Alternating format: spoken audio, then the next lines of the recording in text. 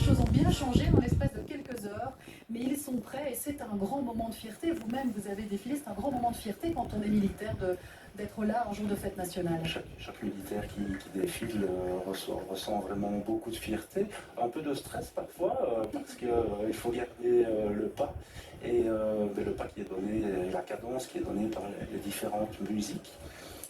Mais c'est vraiment un honneur de défiler lors de ce 21 juillet. Alors on avait tout à l'heure la musique royale de la marine qui maintenant est installée sur la place des Palais. Ici on retrouve une autre musique royale, Xavier, celle de la force aérienne. La musique royale de la force aérienne qui fête également ses 75 ans, qui est un orchestre d'harmonie qui compte 53 musiciens sous la direction du commandant-chef de musique Marty Sillison depuis 2010. Les différentes musiques qui se rejoignent finalement sur la place des Palais, où c'est la musique royale et d'élite qui donne vraiment le tempo, la cadence depuis le tout début de ce défilé qu'on retrouvera encore tout à l'heure pour interpréter la bande-son et l'hymne européen, et ça ce sera pour la fin du défilé. La musique royale d'élite qui fête ses 190 ans cette année. Que d'anniversaire! Que d'anniversaire! C'est vraiment important que ce défilé soit rythmé par la musique, parce que c'est la musique qui donne la cadence pour les différents détachements et ce qui permet de garder le pas. Et c'est vrai qu'on l'a vu aux répétitions, c'est pas si facile, même s'entraîne des heures et des heures, X personnes qui doivent marcher ensemble avec le même mouvement, c'est quelque chose. Et certainement pour les détachements qui se trouvent un peu à l'arrière, qui n'ont pas encore ce retour de son. Oui, c'est ça, c'est plus facile une fois qu'ils arrivent sur la place des Palais, où là ils profitent pleinement de la musique, peuvent se mettre dans l'ambiance et surtout dans le rythme, donc en référence à cette cadence de pas dont Xavier nous parlait. La musique royale de la force aérienne qui est maintenant donc sur la place des Palais et qui marque le début de ce défilé à pied, le défilé des troupes. Cette musique a un répertoire habituellement de musique classique et contemporaine. Et ils font également pas mal d'adaptations de musique de film. Alors que l'on aperçoit déjà parce qu'ils sont reconnaissables, et on voit que dans la tribune on essaye de se repérer dans les prospectus, ah là là qui arrive, et bien derrière la musique royale de la force aérienne, on aura d'abord le détachement en formation, et puis l'école royale militaire, mais commençons par la formation tout de même, parce que c'est quelque chose d'essentiel, de central à la défense, la formation. Tout à fait, la formation des sous-officiers, des officiers, même des volontaires, de l'entièreté du personnel de la défense est vraiment importante. Ici, nous allons voir défiler les élèves de l'école royale militaire et de l'école royale des sous-officiers, alors que nous avons à l'image le carré de commandement avec le commandant du département de formation de base des officiers, différents plumets sur les chapeaux. Donc certains de couleur rouge, de couleur blanche. Ça signifie quoi? Quelle est la différence? En fait, les blancs, ce sont les élèves, les rouges, c'est le cadre. Nous avons eu un rouge et blanc, c'est le commandant du département de formation de base. On voit Elisabeth, la princesse Elisabeth, elle n'est pas encore reine, je vais un peu vite en besogne. La princesse Elisabeth qui est très attentive puisque c'était son école. Certains de ses camarades défilent encore sans doute cette année, Vincent. Oui, qu'elle vient de quitter, qu'elle va retrouver. C'est vrai que c'est pour elle vraiment un moment particulier, évidemment. En sachant aussi que c'est une école qui a une vocation internationale. Donc il y a souvent 20% d'étrangers. Pas mal d'étudiants africains aussi, moins les dernières années, surtout après le drame du Rwanda, mais on voit qu'on veut renouer avec l'accueil d'étudiants africains et notamment aussi relancer la coopération sur le plan militaire aussi avec le Congo. Et donc on pourra avoir dans les prochaines années au sein de l'ERM davantage d'étudiants congolais qui pourraient revenir dans le cadre de cette relance dans la foulée du voyage récent au Congo. Et on sent qu'au niveau du gouvernement belge, il y a cette volonté de renouer. Sur la base, bien sûr, de relations privilégiées qu'on a gardées avec ce pays, comme le voyage récent l'a bien montré. Il faut dire, Xavier, que c'est une école très prestigieuse. On dit un peu que c'est l'université de la défense.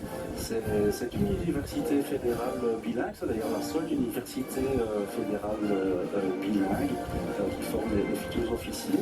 Il y a plusieurs départements. Donc on a la formation d'officiers en sciences sociales et militaires, la formation d'officier polytechnicien et également une division spéciale. Formation très complète. Très complète. Nous avons là à l'image les élèves officiers avec la FNC. Lorsque nous avons vu défiler avec les sabres, avec les officiers élèves, donc eux, ils sont déjà officiers.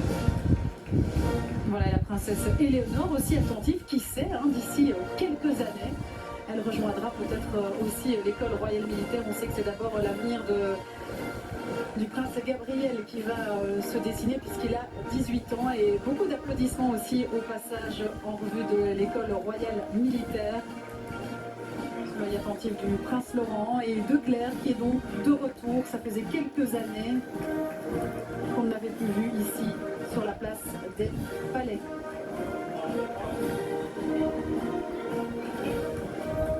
Et il y a 3 détachements de l'école royale militaire. Avec un détachement des emblèmes des unités dissoutes qui sont confiées à la garde du musée de l'armée. Voilà, on les voit effectivement, on voit le haut des emblèmes pour l'instant à l'image, avec nos 2 princesses à l'arrière-plan. Deuxième défilé aussi, je le rappelle, pour la princesse Delphine. Et on les voit donc maintenant d'un peu plus près, ces fameux emblèmes, Xavier, dont vous faites référence. Et l'école royale militaire qui s'occupe également de la recherche scientifique, entre autres pour la défense et l'industrie.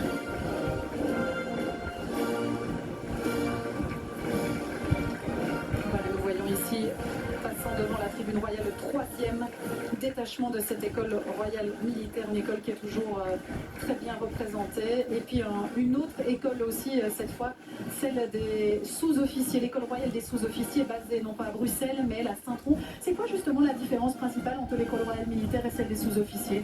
Donc l'école royale militaire forme les officiers et l'école royale des sous-officiers de Safranberg à Saint-Tron forme les sous-officiers techniciens. Une formation plus pratique, c'est ça? Une formation d'un niveau différent. D'accord.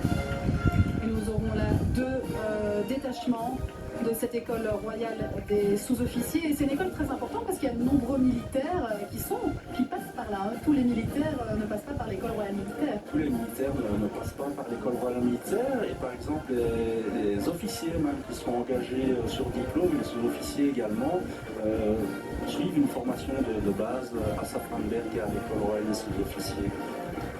Les sous-officiers qui occupent une place très importante à la défense, comme vous l'avez dit tout à l'heure. Nous avons 2 tiers des cadres de la défense qui sont des sous-officiers. C'est vraiment la colonne vertébrale de la défense, des gens qui sont en contact direct avec le personnel. Oui, que ce soit à l'école royale militaire ou à l'école royale des sous-officiers, il y a aussi de plus en plus de femmes qui s'engagent aujourd'hui dans la défense.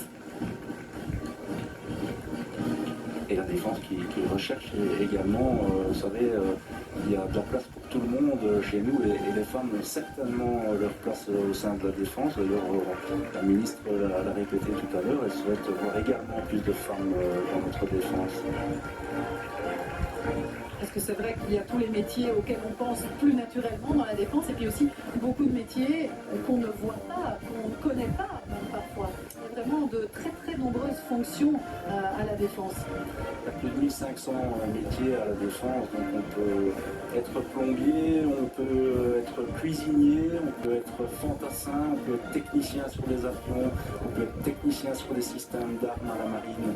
Il y en a vraiment énormément de fonctions disponibles. Après les écoles, nous avons le groupement opération et entraînement, et ça, les opérations, c'est vraiment le cœur de votre métier. C'est le cœur de notre métier, exactement. L'année passée, environ 4000 militaires ont été envoyés en opération. Avec ici un détachement de records, vous y avez déjà fait allusion tout à l'heure, Xavier, 30 ans de records, rappelez-nous.